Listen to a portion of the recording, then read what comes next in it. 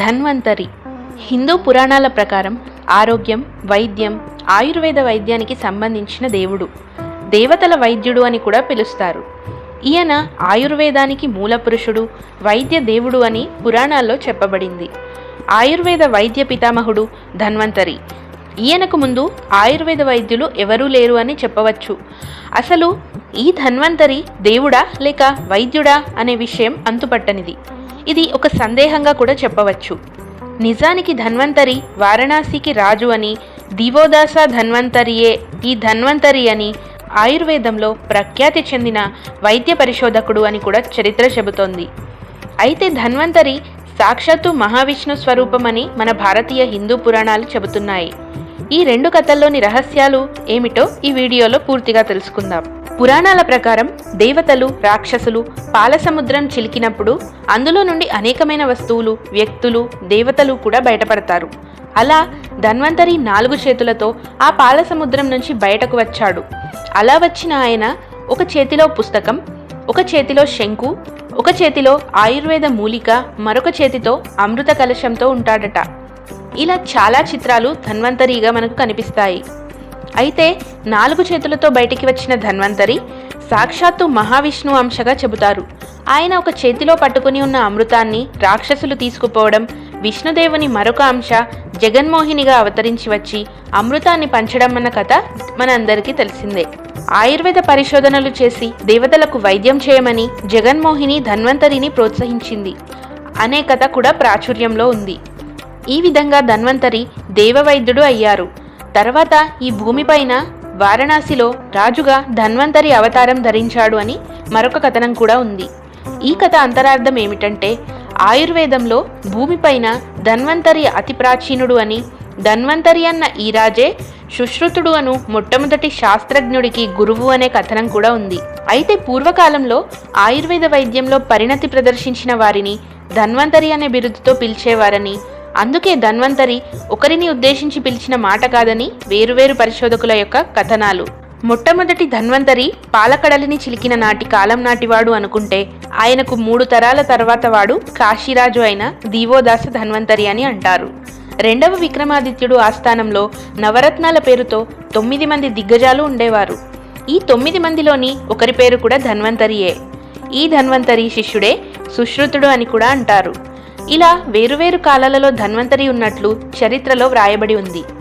దీనికి కారణం ఏమిటంటే, ధన్వంతరి ఆయుర్వేదాన్ని మొదటిసారి పరిచయం చేసిన వాడని, ఆయన దానికి గొప్పగా పరిశోధించి ప్రచారంలోకి తెచ్చాడని, ఆయన వారసులు అంతా ధన్వంతరిగానే పిలువబడ్డారని అర్థం చేసుకోవచ్చు. శరీరానికి దోషాలు, రోగాలు, గాయాలు, అనారోగ్య సమస్యలు కలిగినప్పుడు వాటిని నివారించడానికి సూచించే పదమే ధన్వంతరి. దీనిని ధనుష్యల్యం, దస్యంతం, పారంమిల్తి గర్జదీతి ధన్వంతరిహి అని సంస్కృతంలో చెప్పబడింది. మహానుభావుడైన ధన్వంతరి ఆయుర్వేదాన్ని 8 భాగాలుగా విభజించి చెప్పాడు. వాటిలో ఒకటి కాయ చికిత్స. కాయం అంటే శరీరం. దీనికి వచ్చే జబ్బులన్నింటికి నోటి నుండి ఇచ్చే మందుల ద్వారా తగ్గించడమే కాయ చికిత్స.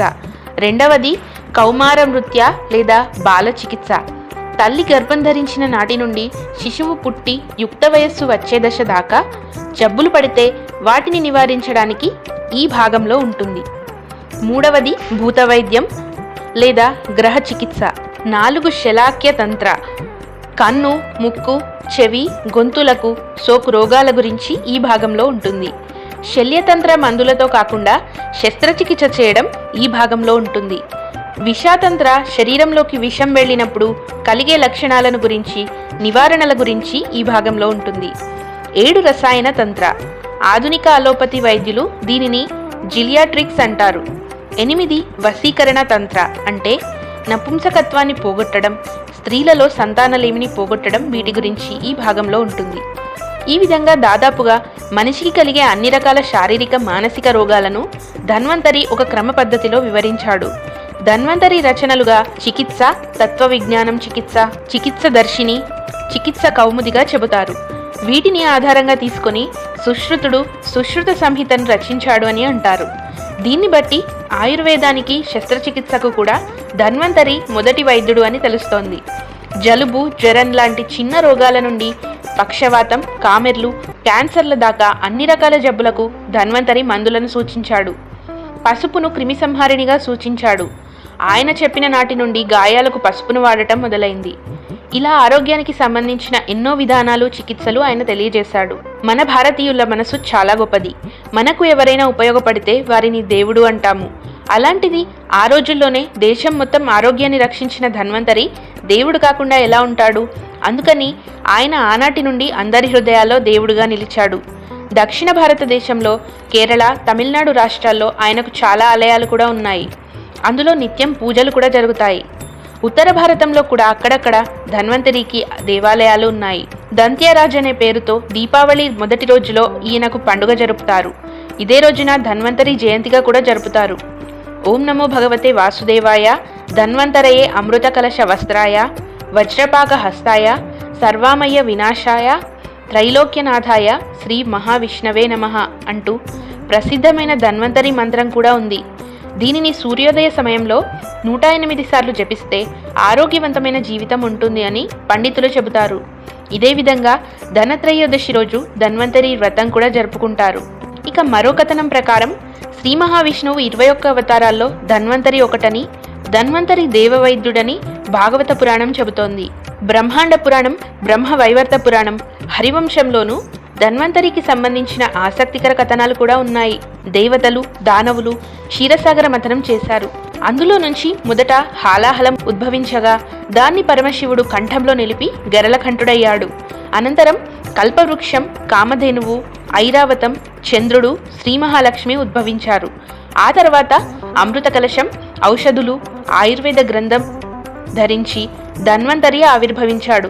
దృఢమైన శరీరంతో, పెద్ద బాహువులతో, ఎర్రని కళ్లతో, నల్లని దేహఛాయ కలిగి యుక్త వయస్కుడై పీతాంబరాలు, ముత్యాల హారాలు ధరించి నల్లగా నిగనిగలాడుతున్న కురులతో, విశాలమైన వక్షస్థలంతో, సింహం వలె శక్తిని కలిగి అమృత భాండంతో అవతరించాడు అని ధన్వంతరి ఉద్భవాన్ని భాగవతం పేర్కొంది. దేవతలు, దానవులు ధన్వంతరిని విష్ణువు అబ్జుడుగా పేరు పొందమని చెప్పాడు. తనకు యజ్ఞభాగం ప్రసాదించమని ధన్వంతరి కోరాడు. అప్పటికే యజ్ఞభాగాలకు ఏర్పాటు జరిగిపోయిందని, కొత్తగా అతడికి అందులో భాగం కల్పించడం తగదని, ద్వాపర యుగంలో ఆ గౌరవం కలుగుతుందని ధన్వంతరికి విష్ణువు చెప్పాడు. ధన్వంతరి సాక్షాత్తు సూర్యభగవానుడి శిష్యుడని, అతడి నుంచి ఆయుర్వేద విద్యను గ్రహించాడని బ్రహ్మవైవర్త పురాణం పేర్కొంది. సుహోత్రుడు కాశీరాజుగా ఉండేవాడు. అతడి వంశంలోని దీర్ఘతపుడు సంతానం కోసం అబ్జదేవుడి గురించి తపస్సు చేశాడు. అబ్జదేవుడు ధన్వంతరిగా జన్మించి భరద్వాజుడికి శిష్యుడై ఆయుర్వేదం నేర్చుకొని ప్రచారం చేశాడని హరివంశ కథనం. అనంతర కాలంలో ఈ ధన్వంతరియే కాశీరాజైన దివోదాసుడిగా ప్రసిద్ధికెక్కాడని బ్రహ్మాండ పురాణం చెబుతోంది. అగ్నిదేవుడికి అజీర్ణం కలిగితే ధన్వంతరి వైద్యం చేసినట్లు పురాణ కథనంలో ఉంది. బ్రహ్మవైవర్త పురాణంలోని కృష్ణ జన్మ ఖండంలో ధన్వంతరి మానసాదేవి వృత్తాంతం ఉంది. ఒకసారి ధన్వంతరి, అతడి శిష్యులు కైలాసానికి వెళ్తుండగా తక్షకుడనే సర్పం వారిపై విషం చిమ్మగా ఒక శిష్యుడికి స్పృహ తప్పింది. ధన్వంతరి వనస్పతి ఔషధంతో అతన్ని తేరుకునేటట్లు చేశాడు. మరో శిష్యుడు తక్షకుడి తలపై ఉన్న మణిని లాగి నేలకు కొట్టాడు. అది తెలిసిన సర్పరాజు వాసుకి, ద్రోణ, పుండరీక, ధనంజయులనే సర్ప ప్రముఖుల నాయకత్వంలో వేలాది సర్పాల్ని ధన్వంతరి బృందంపైకి పంపించాడట. ఆ సర్పాలు వెలువరించిన విషానికి తన శిష్యులు మూర్ఛపోయినా తన ఔషధంతో వారికి ధన్వంతరి స్వస్థత చేకూర్చాడు. శివుడి భక్తురాలైన మానసాదేవి అనే స్త్రీ సర్పాన్ని వాసుకి వారిపైకి పంపించాడు. ఆమె కూడా ధన్వంతరి శిష్యుల్ని ఏమీ చేయలేకపోయింది. ఆగ్రహించిన మానసాదేవి త్రిశూలాన్ని ధన్వంతరిపై ప్రయోగించబోగా శివుడు, బ్రహ్మ ప్రత్యక్షమై ఆమెను శాంతింపజేస్తారు. చంద్రగుప్త విక్రమాదిత్యుడి ఆస్థానంలోని నవరత్నాల్లో ఒకరు ధన్వంతరి. అతడు కూడా వైద్యుడే కావడం విశేషం. తమిళనాడులోని శ్రీరంగం రంగనాథుడి ఆలయంలో ధన్వంతరి మందిరం ఉంది. కేరళలో కాలికట్ సమీపంలో ధన్వంతరి క్షేత్రం కూడా ఉండటం విశేషం. ఈ వీడియో కనుక మీకు నచ్చినట్లయితే వీడియోని లైక్ చేయండి. అలాగే మన ఛానల్ని ఇప్పటివరకు సబ్స్క్రైబ్ చేసుకున్నట్లయితే వెంటనే సబ్స్క్రైబ్ చేసుకొని పక్కనే ఉన్న బెల్ ఐకాన్ని ప్రెస్ చేయండి.